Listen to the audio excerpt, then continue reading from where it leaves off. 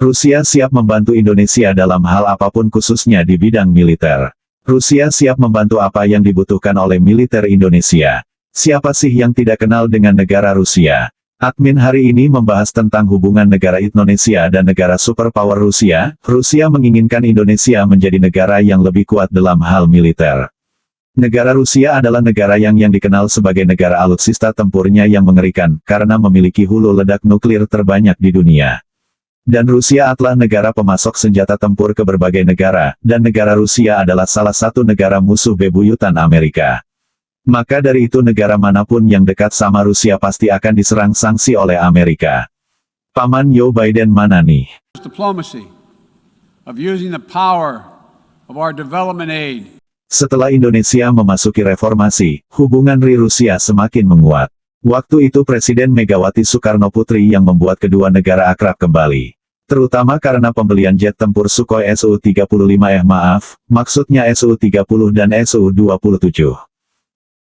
Beliau yang mulai merintis hubungan persahabatan antara Rusia dengan Indonesia. Begitu juga ketika saya sempat untuk pergi ke Rusia dan berkenalan dengan Presiden Putin, sekali lagi tolong sampaikan salam hangat saya. Sesudah era Megawati Indonesia belum lagi mendatangkan senjata dari Rusia. Tapi sabar dulu bosku. Di era Presiden Joko Widodo Indonesia menginginkan pesawat tempur Sukhoi Su-35 dari Rusia, namun terlalu banyak lobby-lobby ia kan jadi gak kesampaian. Rusia menyatakan terus mendukung Indonesia dalam hal militer. Rusia selalu terbuka dalam pembelian senjata tempur, karena Rusia memandang Indonesia adalah sebagai sahabat dekat sejak zaman Bung Karno. Maka dari itu Rusia selalu berteman dekat dengan Indonesia. Negara Rusia itu memberi beberapa bukti bahwa niat dari kemitraan kedua negara adalah saling menguntungkan, bagi Indonesia dan Rusia.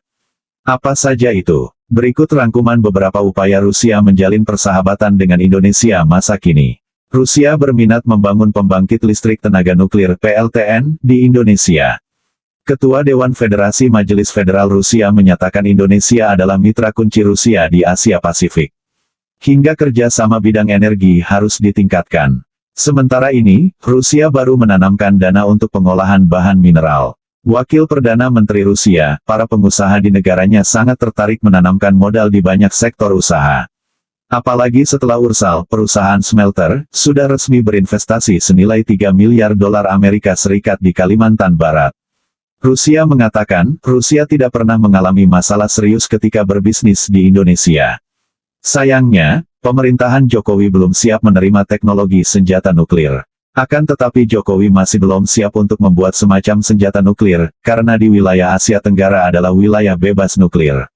Namun tetangga kita yaitu Australia diam-diam akan membuat 8 kapal selam nuklir. Pembuatan itu didukung oleh negara Amerika dan Inggris. Kapal selam nuklir Australia akan menjadikan ancaman bagi negara ASEAN.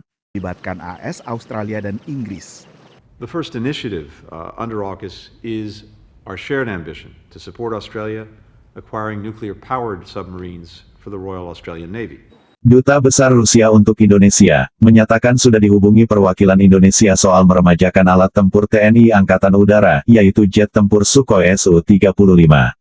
Rusia sangat-sangat terbuka dan senang hati jika Indonesia bisa diajak kerja sama di bidang militer, yaitu peremajaan senjata tempur Indonesia. Tahun lalu misi dagang dari Tatarstan, anggota Federasi Rusia, Rusia menawarkan kerja sama di bidang industri alat berat dan pertahanan.